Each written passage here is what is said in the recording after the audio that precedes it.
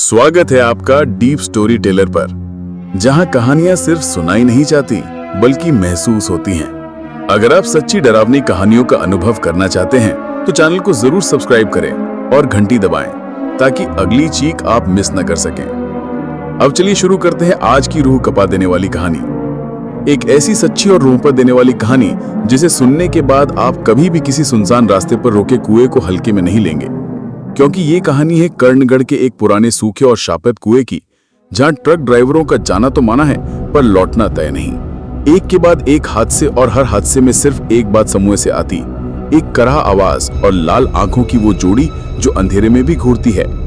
क्या ये कोई आत्मा है या किसी पुराने पाप का बदला, या फिर किसी प्रीतनी का इश्क जो आज भी मौत बनकर झपटता है? दोस्तों, आज की कहानी है कर्णगढ़ के उस कुएं की खामोश चीख, जहां ट्रक रुकते हैं और ड्राइवर खो जाते हैं। अब चलिए रात के उस मोड़ पर चलते हैं। उस रात कर्णगढ़ के एक छोटे से गांव के पास मेरी गाड़ी का पिछला टायर अचानक पंचर हो गया। आसमान में बादल घिर रहे थे, हवा में अजीब सी नमी थी और मैं अकेला था। मेरा खलासी मोहन तबीयत खराब होने के कारण 2 दिन की छुट्टी पर अपने घर गया था और मैं सोच रहा था कि अकेले सफर करने का फैसला शायद ठीक नहीं था, मगर अब तो टायर पंचर हो चुका था और मुझे उसे बदलना ही था। मैंने ट्रक को साइड में खड़ा किया, लाइट ऑन की और जैक निकालकर नीचे बैठ गया। मगर तभी मुझे एक अजीब सी आवाज सुनाई दी जो बिल्कुल पास से आ रही थी, जैसे कोई धीरे धीरे करा रहा हो। पहले तो लगा कि शायद मेरा वहम होगा, मगर जब मैंने ध्यान से सुना तो वो आवाज साफ सुनाई दी, कोई है। मेरी रीढ़ की हड्डी में सहरन दौड़ दी। मैं उठा और इधर उधर देखने लगा। वहां कोई नहीं था, मगर वो आवाज लगातार आ रही थी। मैंने टॉर्च निकाली और चारों तरफ रोशनी डालने लगा। थोड़ी दूरी पर एक पुराना सूखा कुआं नजर आया, जिसके चारों तरफ झाड़ झंगाड़ उगे हुए थे और उसकी दीवारों पर काई जमी हुई थी। कुएं से ही वो आवाजें आ रही थी। मेरे कदम अपने आप उसकी ओर बढ़ने लगे, जैसे किसी अदृश्य ताकत ने मुझे खींच लिया हो। मैं कुएं के किनारे पहुंचा और झांक कर नीचे देखा। काला अंधेरा था, मगर जैसे ही मेरी टॉर्च की रोशनी नीचे पड़ी, वहां मुझे 2 लाल चमकती हुई आंखें दिखी जो सीधा मुझे घूर रही थी। मैं बुरी तरह कांप उठा और पीछे हटने ही वाला था कि तभी वो आंखें धीरे धीरे ऊपर आने लगी, जैसे कोई चीज दीवार पर चढ़ रही हो। मैंने घबराकर ट्रक की ओर दौड़ लगाई, मगर मेरे पैर जैसे जमीन से चिपक गए थे। मैं हिल नहीं पाया। मेरी आंखों के सामने से वो साया बाहर आया। उसका चेहरा इंसानी तो बिल्कुल नहीं था, आधा जला हुआ, जगह जगह से सड़ा हुआ, और उसकी गर्दन टेढ़ी थी जैसे किसी ने उसे फांसी पर लटकाया हो। उसकी आंखें लगातार मुझ पर गड़ी हुई थी और वो मेरे पास आकर रुक गया। मैं चीखना चाहता था, मगर गला सूख गया। फिर वो बोला, तूने मुझे देखा क्यों?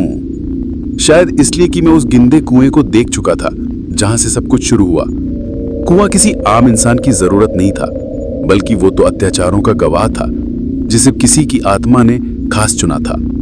मगर अभी इस सबसे ज्यादा डरावनी चीज ये थी कि मेरे सामने वो फिर से खड़ा था, मेरे पास से कुछ कदम की दूरी पर, और उसकी चीने में सट्टा लूही थी। मैंने न देखा न आव देखा, बस पीछे मुड़ा और जितनी तेज गांव की ओर भाग सकता था भागा।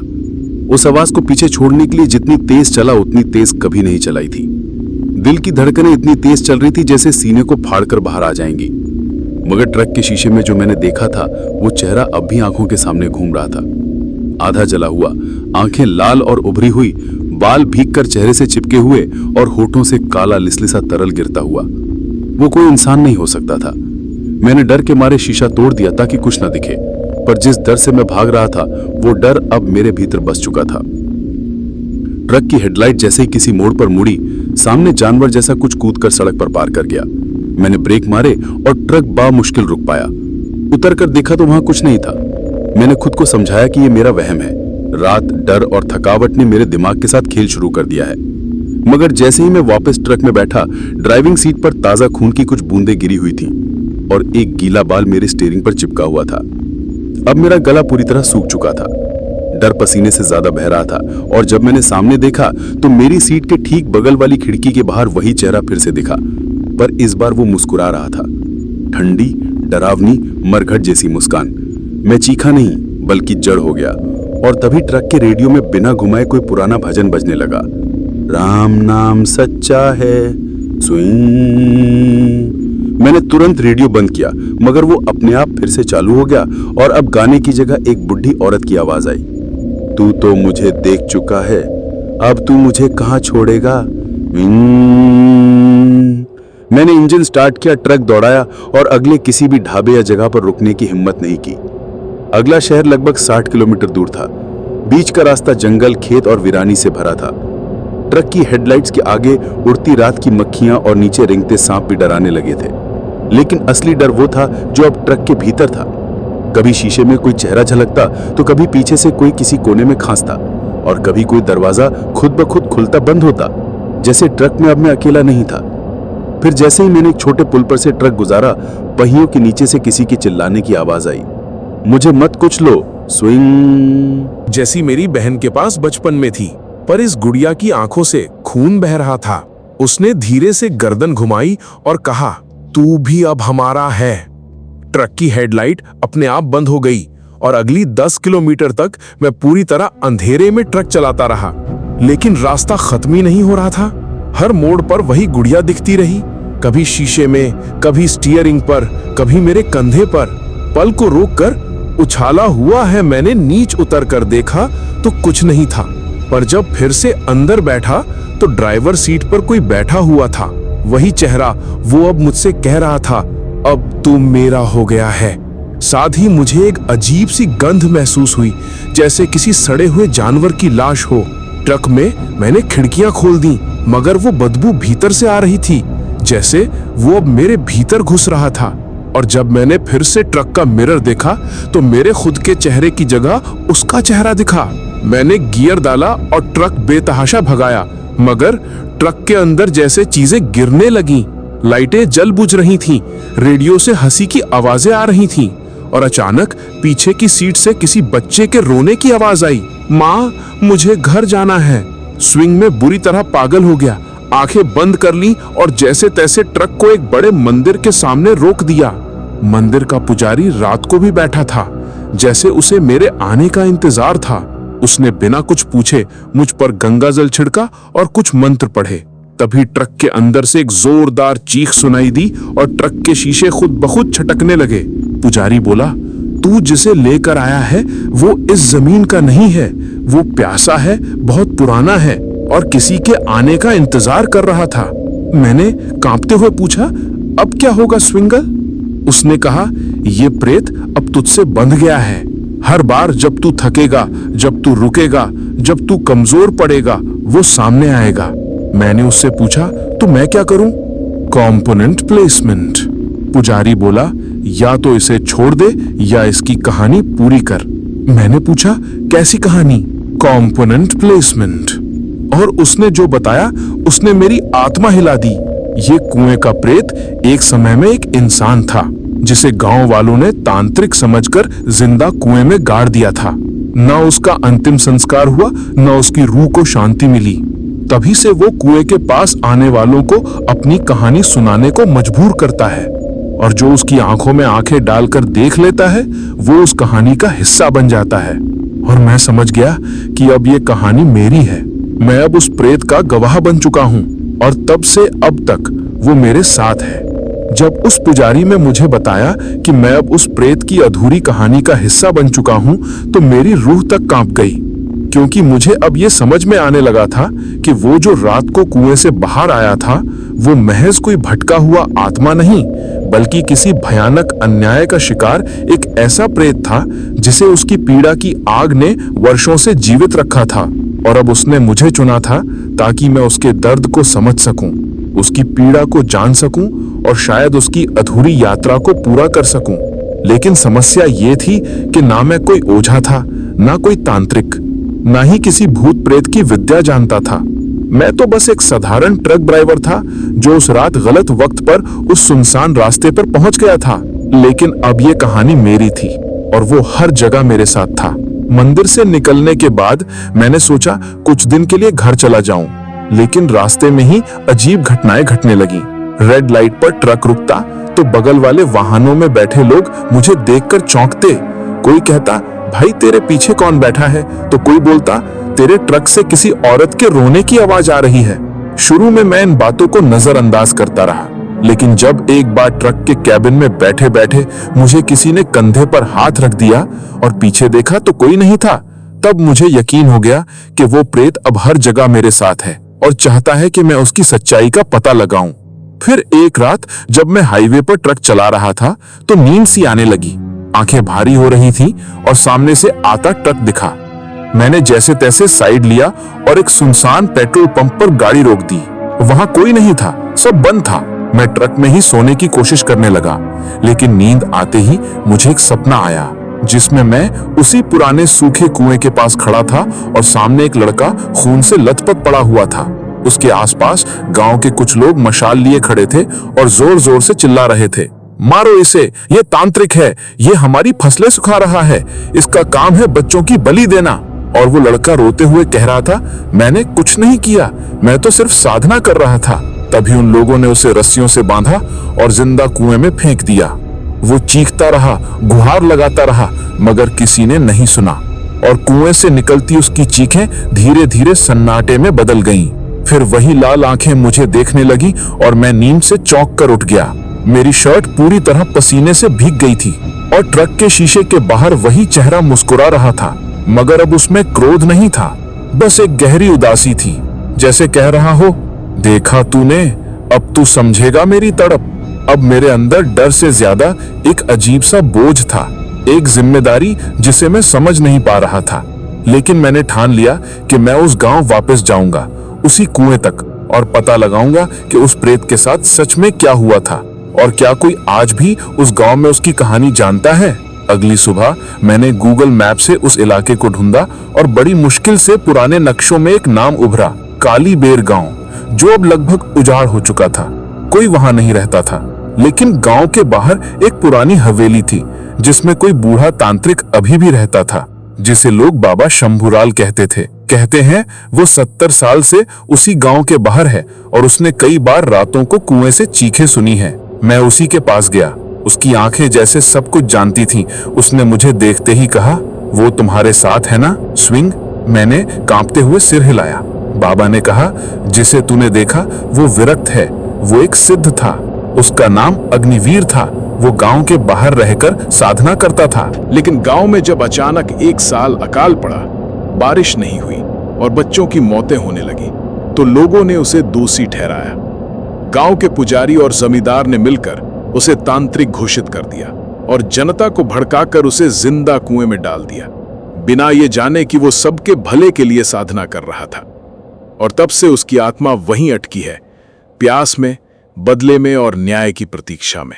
बाबा शंभूलाल ने मेरी तरफ देखा और बोला, अब तू उसका जलिया बन चुका है।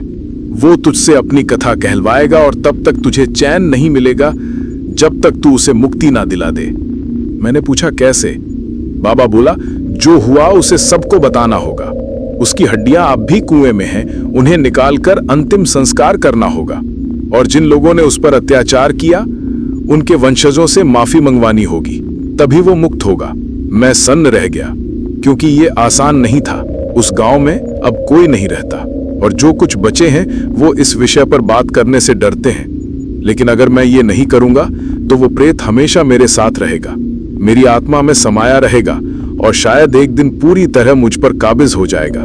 बाबा शंभूलाल की बातों ने मेरे अंदर एक तूफान सा खड़ा कर दिया, क्योंकि मैं जानता था कि अब मैं पीछे नहीं हट सकता। मुझे उस आत्मा की मुक्ति के लिए वो सब करना होगा जो एक सामान्य इंसान की सीमाओं से कहीं बाहर है। मगर न जाने क्यों, जब से मैं उस प्रेत से मिला था, मेरे अंदर एक अजीब सी ताकत आ गई थी, जैसे मेरी आत्मा में उसकी छाया उतर चुकी थी और अब वो मुझे रास्ता दिखा रही थी। उस रात बाबा ने मुझे अपने पास ठहरने दिया। उसने कुछ रक्षा कवच दिए और एक पत्थर का ताबीज पहनाया जिस पर लिखा था, प्रेत निष्ठा मोचक। उसने कहा, ये तुम्हें तब तक बचाएगा जब तक तुम्हारे इरादे सच्चे हैं और तुम किसी स्वार्थ से ये नहीं कर रहे। अगली सुबह सूरज की पहली किरण जब मेरे चेहरे पर पड़ी तो ऐसा लगा जैसे वर्षों बाद कोई नया दिन शुरू हुआ हो। मैंने बाबा से आज्ञा ली और सीधे गांव की ओर निकल पड़ा। सड़कें टूटी हुई थीं, झाड़ियां और रास्ता रोके खड़ी थीं और हर पेड़ जैसे मुझे घूर रहा था, जैसे जंगल जानता था कि मैं किसे ढूंढ रहा हूं। कुछ किलोमीटर चलने के बाद मुझे एक टूटे हुए पत्थर पर लिखा गांव का नाम दिखा, काली बेर। और वो नाम पढ़ते ही मेरी पीठ पर ठंडी लहर दौड़ गई, क्योंकि इस बार मुझे महसूस हुआ कि कोई मेरे बहुत पास चल रहा है। मगर मैं मुड़ा तो कोई नहीं था, बस हवा में एक अजीब सी गंध थी, मिट्टी, धूप और जले हुए शरीर की। गांव में घुसती ही वीरानी ने मेरा स्वागत किया। कुछ खंडहर, कुछ अधगिरे घर, एक टूटा हुआ मंदिर और दूर एक कुआं जो अभी भी वैसा ही सूखा और शांत था। मैं धीरे धीरे उस कुएं की तरफ बढ़ा। हर कदम पर मेरा दिल जोर से धड़क रहा था, जैसे हर पत्थर मुझे रोकना चाहता था, मगर मैं रुका नहीं। कुएं के पास पहुंचते ही मेरी सांसें रुक गईं, क्योंकि उसकी दीवार पर ताजा खून के छींटे थे और उस पर उंगली से लिखा था, वापस चला जा। मगर मैं जानता था ये डराने के लिए है। मैंने ताबीज पकड़ा और नीचे झांकने लगा।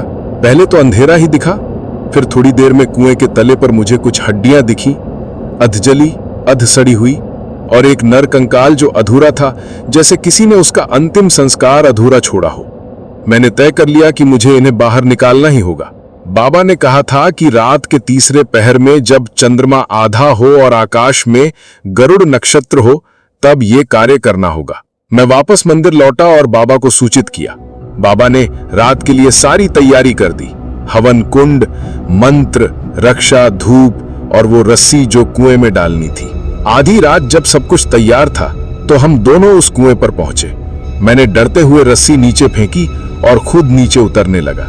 जैसे जैसे मैं नीचे जा रहा था, वैसे वैसे ठंड बढ़ रही थी, जैसे मैं बर्फ के कुएं में उतर रहा हूं। नीचे पहुंचते ही एक अजीब सा कंपन महसूस हुआ, जैसे धरती की धड़कन सुनाई दे रही हो।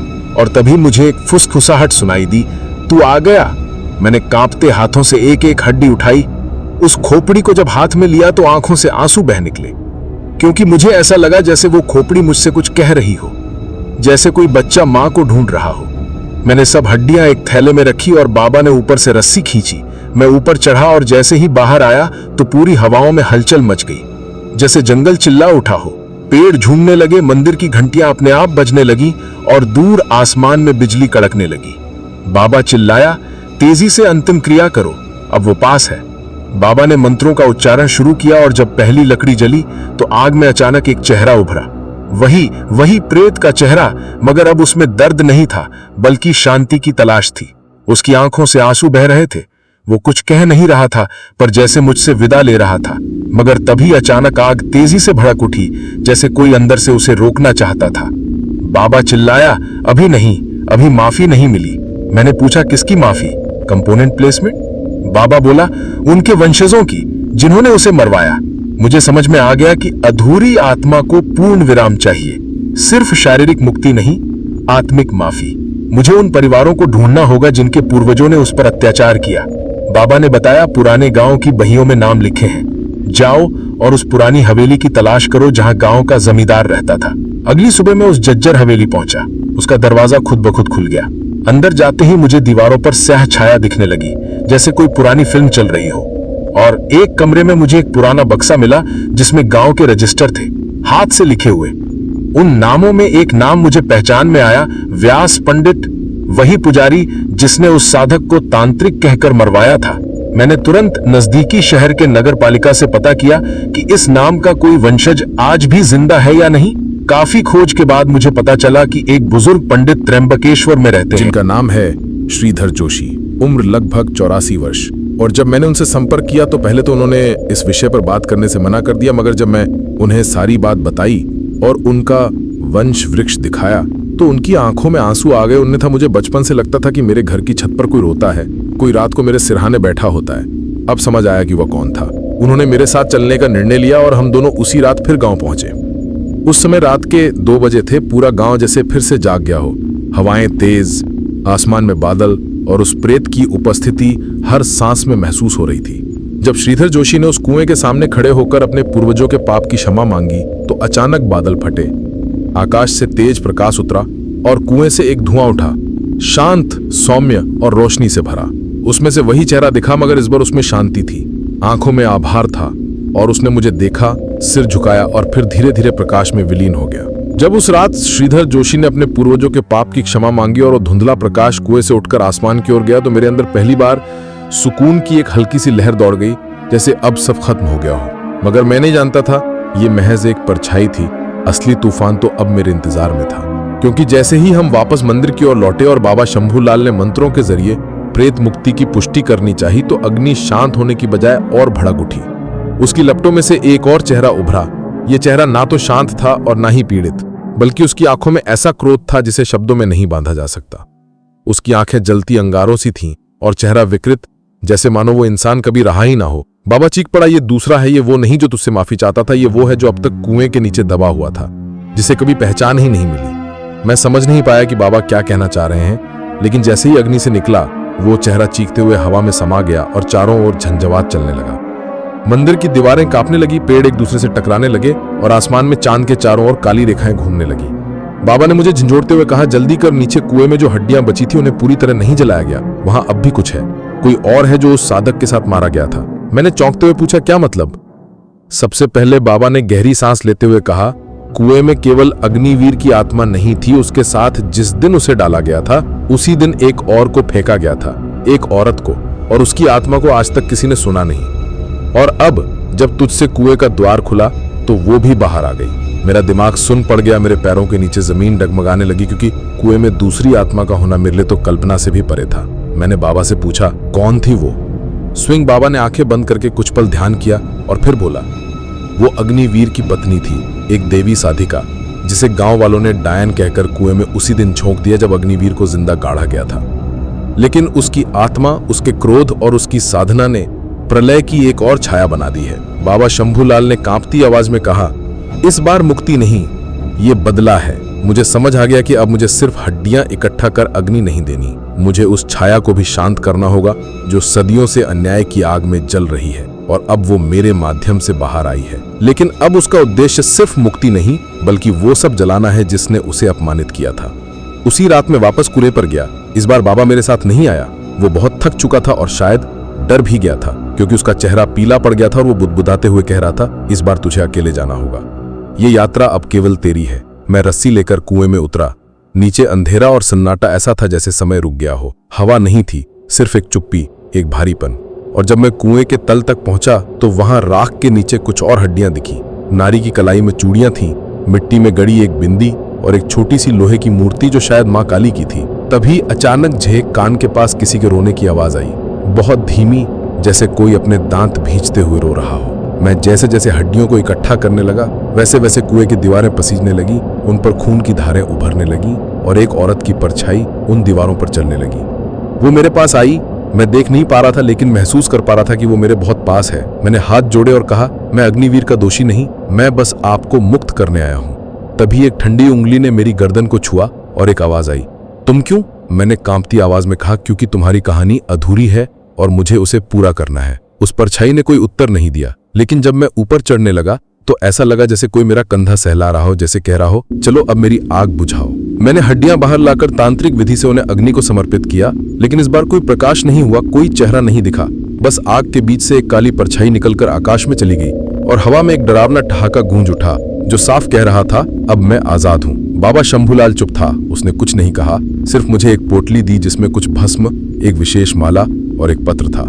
उस पत्र में लिखा था, अब तू प्रेत मुक्त नहीं, तू प्रेत सेतु है। अब जो भी आत्मा राह भटकेगी वो तुझसे संपर्क करेगी, क्योंकि तूने वो द्वार खोल दिया है जो सदियों से बंद था। और तभी मुझे याद आया वो पहली रात जब मैंने कुएं में झांका था, जब वो लाल आंखें मुझे घूर रही थी। शायद वो उसी औरत की थी, अग्निवीर की पत्नी की। और अग्निवीर की आत्मा तो बस एक राह थी, असली प्रेत तो अब जागा है। अब जो शुरू हुआ है वो किसी एक गांव की कहानी नहीं, ये तो एक पूरी परंपरा का श्राप है जिसे सदियों तक दबाया गया, छुपाया गया। और अब मैं उसका दूत बन चुका हूं। अब हर कुएं, हर शमशान, हर सूखे पेड़ और वीरान मंदिर में मुझे वो आवाजें सुनाई देती हैं जिन्हें कोई और नहीं सुन सकता। उस रात के बाद जब मैंने अग्निवीर की पत्नी की अधूरी आत्मा को आग के हवाले किया और जब वो भयानक ठाका आकाश में गूंजा, तो मुझे साफ समझ में आ गया था कि जो कुछ मैंने अभी तक देखा था वो केवल शुरुआत थी, और जो दरवाजा मैंने खोला था वो अब बंद नहीं होगा। क्योंकि अब मैं केवल एक ट्रक ड्राइवर नहीं रहा, मैं एक ऐसा जिंदा आदमी बन चुका था जो मृत आत्माओं का जरिया बन गया था। एक ऐसा जरिया जो अब उन्हें इंसानों की दुनिया से उनके अंतिम ठिकाने तक पहुंचाने वाला एक माध्यम था। और ये बात मैंने उस समय महसूस की जब मैं 2 दिन बाद फिर से हाईवे पर चला, ट्रक लेकर। जैसे ही मैं एक दूरस्थ क्षेत्र से गुजर रहा था जहां हर 2 मील पर वीरानी थी और हवा में सन्नाटा भरा हुआ था, तभी अचानक मेरी नजर सड़क किनारे खड़ी एक औरत पर पड़ी। सफेद साड़ी, खुले बाल और चेहरा नीचा किए हुए। पहले तो मैं उसे नजरअंदाज करने वाला था, क्योंकि ऐसी परछाइयां अब मेरे लिए नई नहीं रह गई थीं। लेकिन जैसे ही मैं पास से गुजरा, उसने मेरी तरफ देखा और उस एक नजर में मुझे वहीं जलती आंखें दिखाई दी जो उस रात कुएं में दिखी थी। मैंने ट्रक रोका, दरवाजा खोला और बिना कुछ बोले वो अंदर आ गई। मैंने उससे कुछ पूछा नहीं और वो भी चुपचाप सीट पर बैठी रही। लेकिन जैसे ही हम कुछ किलोमीटर आगे बढ़े, उसने धीमी आवाज में कहा, तू वही है ना जिसने कुएं का द्वार खोला? मैंने धीरे से गर्दन हिलाई। वो बोली, अब तेरा रास्ता सीधा नहीं है, अब तुझे उन सब की चीखें सुननी होंगी जिन्हें किसी ने नहीं सुना। और इतना कहकर वो गायब हो गई। ट्रक की सीट खाली थी, लेकिन उसकी मौजूदगी अब भी हवा में थी। तभी मेरी जेब में रखी बाबा शंभूलाल की दी हुई माला अपने आप गर्म होने लगी। मैंने तुरंत उसे निकाला, माथे से लगाया और फिर वो माला अपने आप टूटकर जमीन पर गिर गई, जैसे वो संकेत दे रही हो कि अब तेरा सफर अकेले ही चलना होगा। उसी दिन शाम को जब मैं एक ढाबे पर रुका तो वहां का मालिक मुझे घूरते हुए बोला, भाई तू कहीं से डर की खुशबू लेकर आया है। मैंने उसकी बात को टालते हुए कहा, बस सफर थकाने वाला था। लेकिन जब मैंने खाना खत्म किया और कमरे में जाकर सोने की कोशिश की तो सपनों में वही औरत आई, अग्निवीर की पत्नी। लेकिन इस बार वो अकेली नहीं थी, उसके पीछे एक पूरी कतार थी, दर्जनों आत्माएं, कुछ जलती हुई, कुछ अधूरी, कुछ बिना चेहरों के, कुछ छोटे बच्चों जैसी, जो मेरे पास आकर चुपचाप रो रही थी। मैं चिल्लाया, तुम सब मुझसे क्या चाहती हो? और जवाब में एक मासूम सी आवाज आई, मुक्ति। और फिर सब एक साथ बोलने लगे, हमें मुक्त कर। हमें सुना नहीं गया, हमें समझा नहीं गया। जब मेरी आंख खुली तो मैं पसीने से तरबतर था और कमरे की दीवारों पर धुएं से बने चेहरे दिख रहे थे, जैसे उन्होंने मेरी नींद में ही मुझ पर दस्तक दे दी हो। अगली सुबह ढाबे का मालिक मेरे पास आया और बोला, तू इस गांव में नहीं रुक सकता। यहाँ वो कुआं है जहाँ 10 साल पहले एक स्कूल बस गिर गई थी और आज तक उन बच्चों की आत्माएं गांव में भटक रही हैं। मैंने जैसे ही ये सुना, मुझे समझ आ गया कि ये मेरा अगला पड़ाव है। मैंने ढाबा छोड़ा, ट्रक स्टार्ट किया और गांव की ओर बढ़ चला। गांव पहुंचते ही मैं उस जगह गया जहां वो पुराना कुआं था। अब वो जगह कटी फटी थी, चारों तरफ कीचड़ और कुएं के ऊपर टेढ़ा सा लोहे का जंग खाया जाल लगा था। गांव वालों का कहना था कि कई बार रात को बच्चों की हंसी सुनाई देती है और कई बार किसी को रस्सी से खींचने की कोशिश होती है। मैंने बाबा का पत्र खोला जिसमें कुछ मंत्र लिखे थे आत्माओं से संवाद के लिए। मैंने कुएं के पास दीपक जलाया, मंत्र पढ़े और अपनी आंखें बंद कर ली। कुछ पल शांति रही, फिर अचानक मेरे चारों ओर बच्चों की फुसफुसाहट गूंजने लगी, भैया हमें निकाल दो, भैया हम बहुत डरते हैं, माँ कहाँ है भैया। मैंने अपने आंसुओं को रोक नहीं पाया क्योंकि वो मासूम आवाजें दिल को चीर रही थीं। मैंने अपनी माला की टूटी मोतियों को कुएं के पास रख दिया और कहा, मैं तुम्हें मुक्ति दूंगा। तभी एक सफेद रोशनी कुएं से ऊपर उठी और मुझे उनमें से हर बच्चे की आखिरी चीख सुनाई दी, जैसे वो सब वहीं पल दोहरा रहे थे जब बस नीचे गिरी थी। मैंने उन सब की आत्मा के लिए अग्नि प्रज्वलित की, उनके नाम लेकर प्रार्थना की और जब अग्नि बुझी तो हवा हल्की हो गई, सूरज की किरणें जमीन पर पड़ने लगी और मुझे लगा कि पहली बार किसी जगह को सच्ची शांति मिली हो। मगर मैं जानता था ये तो एक और मोड़ था उस रास्ते का जिस पर अब मेरी जिंदगी चल पड़ी थी, क्योंकि जैसे ही मैं फिर से हाईवे पर निकला, मेरी ट्रक की खिड़की पर एक चिट्ठी लगी हुई थी। उस पर लिखा था, अब अगली आत्मा तुझे झील के किनारे मिलेगी जहां कभी एक पूरा गांव डूबा था। और जब मैंने वो चिट्ठी उठाई तो उसकी स्याही मेरे हाथ में समा गई, जैसे आत्माएं अब मुझसे जरिया नहीं, अब मेरी राहें तय करने लगी थी। जब ट्रक की खिड़की पर वो रहस्यमयी चिट्ठी चिपकी मिली और उस पर लिखा था कि अगली आत्मा मुझे झील के किनारे मिलेगी जहां कभी एक पूरा गांव डूबा था, तो मेरे रोंगटे खड़े हो गए, क्योंकि मुझे तो उस झील के बारे में बचपन से ही डरावनी कहानियां सुनने को मिलती थी, लेकिन कभी किसी ने ये नहीं बताया था कि वहां एक पूरा गांव था। और जब मैंने पास के एक पुराने नक्शे में झील का इतिहास खंगाला तो पता चला कि वो जगह पहले एक आबाद बस्ती थी जिसमें करीब 70 परिवार रहते थे। लेकिन एक रात अचानक बाढ़ आई और पूरा गांव झील में समा गया, और तब से वहां किसी ने कदम रखने की हिम्मत नहीं की, क्योंकि कहा जाता है कि हर अमावस की रात वहां से ढोल की आवाजें आती हैं और झील की सतह पर बच्चों के पैरों के निशान दिखते हैं। मैंने ट्रक को उसी दिशा में मोड़ा। दिन ढल चुका था और रास्ता वीरान और ऊबड़ खाबड़ था। चारों ओर सिर्फ बबूल के कांटे थे और सन्नाटा गूंज रहा था। जब मैं झील के किनारे पहुंचा तो चांदनी हल्की थी और झील का पानी शांत लेकिन अजीब तरीके से चमक रहा था, जैसे उसकी सतह पर कोई जिंदा चीज रेंग रही हो। मैंने ट्रक रोका, नीचे उतरा और वही माला जो टूटी थी उसकी राख लेकर झील की तरफ देखा और पूछा, कौन है यहाँ जो मुझसे कुछ कहना चाहता है। कुछ पल तक कुछ नहीं हुआ। फिर झील की सतह पर छोटे छोटे बुलबुले उठने लगे और पानी का रंग काला होने लगा, जैसे स्याही घुल रही हो। अचानक मेरी पीठ के पीछे किसी ने कहा, तू क्यों आया है यहाँ? मैं पलटा तो एक बुजुर्ग औरत खड़ी थी जिसकी आंखें झील जैसी गहरी थी। उसने कहा, इस गांव को मिटाया गया था, ये कोई कुदरती बाढ़ नहीं थी, ये एक तांत्रिक का बदला था।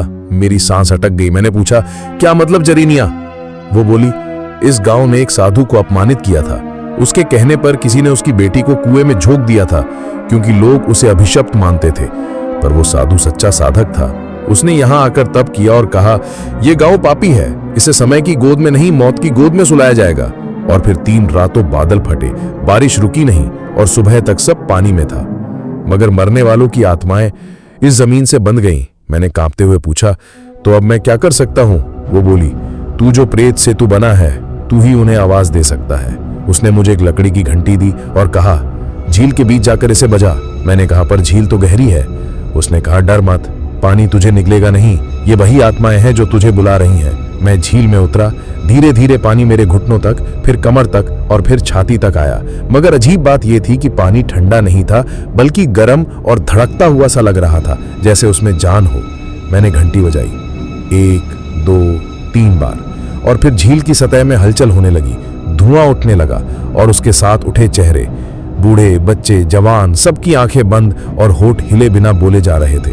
और फिर एक बच्चा पानी से आधा बाहर आकर बोला, हमें माफी नहीं चाहिए, हमें इंसानियत चाहिए। मैं समझ नहीं पाया तो वो और पास आ गया और उसकी गर्दन से पानी टपकते हुए उसने कहा, हमारे साथ जो हुआ वो इंसानों ने किया, तांत्रिक ने तो सिर्फ वादा पूरा किया। फिर एक के बाद एक आत्माएं झील से निकलने लगी, पर वो मुझ पर नहीं झपटी, बस मेरे चारों ओर गोल घेरा बनाकर बुदबुदाने लगी, जैसे किसी मंत्र का जाप कर रही हो। तभी आकाश में बिजली कड़की और झील के दूसरी ओर एक काली आकृति दिखी जो जलते हुए बालों की तरह लग रही थी। वो आकृति धीरे धीरे पास आई। वो वही तांत्रिक था। उसकी आंखें आज भी जल रही थी। उसने चीख कर कहा, क्यों आई आत्माओं, क्या फिर धोखा खाने आई हो? मैंने चिल्लाकर कहा, नहीं, मैं उन्हें मुक्त करने आया हूं। वो बोला, मुक्ति कोई नहीं चाहता, बदला चाहते हैं ये सब। और तभी एक आत्मा, एक युवती इस बार मेरी तरफ देखा और कहा, हम बदला नहीं चाहते, बस अब इस श्राप को खत्म करना है। मैंने दोनों हाथ जोड़कर कहा, अगर आप सबने मुझे अपना माध्यम बनाया है तो अब मुझे बताइए क्या करना है। आत्माओं ने मिलकर एक मंत्र कहा जो मुझे पूरी तरह याद नहीं रहा, लेकिन जैसे ही वो मंत्र दोहराया, झील की सतह पर एक गोल चक्र बना और उसमें आग की लपटें उठी। तांत्रिक चीखने लगा, नहीं, ये यज्ञ मत पूरा करो वरना मेरी शक्ति नष्ट हो जाएगी। पर आत्माएं शांत रही और धीरे धीरे उसकी आकृति झील की आग में समा गई, जलती हुई, बिखरती हुई, और फिर पूरी झील एकाएक शांत हो गई। आत्माएं एक एक करके ऊपर उठने लगी, जैसे चांद की तरफ खिंच रही हों। और आखिरी में वही बच्चा मुझे देखकर बोला, अब आगे बढ़, तेरे रास्ते पर और हैं जो इंतजार कर रहे हैं। और फिर वो भी चला गया। पानी सूख चुका था, झील का रंग फिर से साफ हो गया था और हवा में एक तीखी महक फैल गई थी। वो सब कुछ जो भीतर छिपा था अब खुल चुका था, लेकिन मेरे सामने अब जो अगली बात थी वो उससे भी ज्यादा रहस्यमयी थी, क्योंकि ट्रक की सीट पर एक और चिट्ठी रखी थी जिस पर लिखा था, अब शमशान तुझे बुला रहा है, वहां जहां जिंदा लोगों को जिंदा जला दिया गया था। जिस दिन झील की आत्माओं को मुक्ति मिली और झील शांत हो गई थी, उसी रात ट्रक की सीट पर रखी एक आखिरी चिट्ठी ने मेरा दिल हिला दिया, क्योंकि उसमें लिखा था, अब शमशान तुझे बुला रहा है, वहां जहां जिंदा लोगों को जिंदा जला दिया गया था। और ये पढ़ते ही मेरे दिल में एक अजीब सा बोझ बैठ गया, जैसे कोई मुझे खींच रहा हो। मैंने ट्रक स्टार्ट किया और नक्शे में वो जगह खोजने की कोशिश की, लेकिन वो किसी भी आधुनिक नक्शे में नहीं थी। केवल एक पुरानी भीख मंगेसी किताब में एक कोने पर उसका जिक्र था, भुला दिया गया शमशान, जहां कुछ 100 साल पहले एक राजा ने तांत्रिकों के कहने पर गांव की औरतों और बच्चों को बलि चढ़ाया था। कहते हैं उन्होंने उन्हें जिंदा जला दिया था ताकि राज्य को अकाल से मुक्ति मिले। मैं उस रास्ते पर चल पड़ा जहां कोई नहीं जाता था, जंगलों के बीच, सूखे पेड़ों के नीचे, मिट्टी की बदबू के साथ, जैसे हवा में भी चीखें दबी हों। और जब रात के 3 बजे मैं वहां पहुंचा तो शमशान की जमीन एकदम काली थी। राख के टीले और अधजली लकड़ियों के बीच बिखरे कपड़ों के टुकड़े और टूटे कंगन अब भी गवाही दे रहे थे कि वहां कभी जिंदगी भी थी।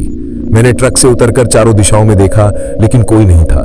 केवल शमशान के बीचों बीच एक टूटा चबूतरा था, जिस पर राख में कोई ताजा पैर के निशान दिख रहे थे, जैसे कोई अभी अभी चला हो।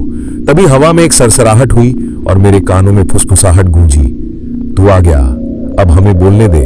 और तभी मेरी आंखों के सामने एक के बाद एक अधजले चेहरे उभरने लगे।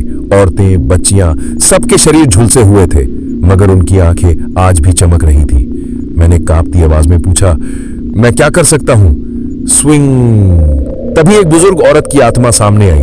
उसका आधा चेहरा जल चुका था, लेकिन वो बोली, हमें इंसाफ नहीं चाहिए, हमें वो गवाही चाहिए जो हमें कभी नहीं मिली। और फिर सब एक साथ बोले, हमारे नाम किसी पत्थर पर नहीं है, हम शमशान में बिना निशान के दबा दिए गए हैं। मैंने उनकी तरफ देखा। मेरे हाथ में अब बाबा शंभूलाल की टूटी हुई माला का अंतिम हिस्सा था, जो अब भी चमक रहा था। और तभी मैंने महसूस किया कि मेरे अंदर से कोई दूसरी ताकत जाग रही है, जैसे मैं केवल उनका जरिया नहीं, अब उनका गवाह बन चुका हूं। तभी एक गहरी गर्जना हुई और जमीन कांपने लगी, शमशान की मिट्टी फटने लगी और एक लंबा छायादार कंकाल खड़ा हुआ। राजा के आदेश का प्रतीक, एक आत्मा जो अब भी खुद को मालिक समझती थी, वो गरजा, ये मेरी जमीन है, मैंने ही उन्हें जलाया था, तांत्रिकों ने कहा था और राज्य बच गया। मैंने चीख कर कहा, नहीं, राज्य नहीं बचा, तूने उस राज्य की आत्मा को जला डाला। उसने मुझ पर वार किया, लेकिन आत्माओं की दीवारें मेरे चारों ओर खड़ी हो गईं। सब औरतें, बच्चियां अपनी चुप्पी को तोड़कर अब चीख रही थी, हमें देखा जाए, हमें याद किया जाए। मैंने बाबा के मंत्र दोहराए, माला के अंतिम दाने को शमशान की राख में दबाया और कहा, तुम सबकी याद के बिना कोई भी भूमि पवित्र नहीं हो सकती। तभी आकाश से तेज रोशनी गिरी, वो कंकाल धू धू कर जलने लगा। वो राजा जो खुद को अमर मानता था, राख बनकर बिखर गया। और फिर एक एक आत्मा मेरे सामने हाथ जोड़कर खड़ी हो गई। औरतों ने कहा, अब हमें वो मिला जो कभी नहीं मिला था, एक इंसान जिसने सुना। एक बच्ची आई और बोली, अब हम शांति से जा सकते हैं। फिर हवा में एक संगीत जैसा कंपन हुआ, चांदनी तेज हो गई और एक के बाद एक आत्माएं स्वर्ग की ओर उड़ने लगी। और जब आखिरी आत्मा ने विदा ली तो मैंने देखा कि शमशान की जमीन पर फूल उगाए थे, असली फूल, जैसे मृत आत्माओं की रूहों ने वहां नई जिंदगी बूदी हो। मैंने ट्रक की तरफ देखा तो उसमें कोई चिट्ठी नहीं थी, कोई संदेश नहीं, बस एक सुकून था जो आज तक नहीं मिला था। उस दिन मैंने ट्रक चलाया तो रास्ता अलग सा लगा, जैसे अब मैं केवल कोई ड्राइवर नहीं बल्कि उन आत्माओं का अंतिम साथी बन चुका।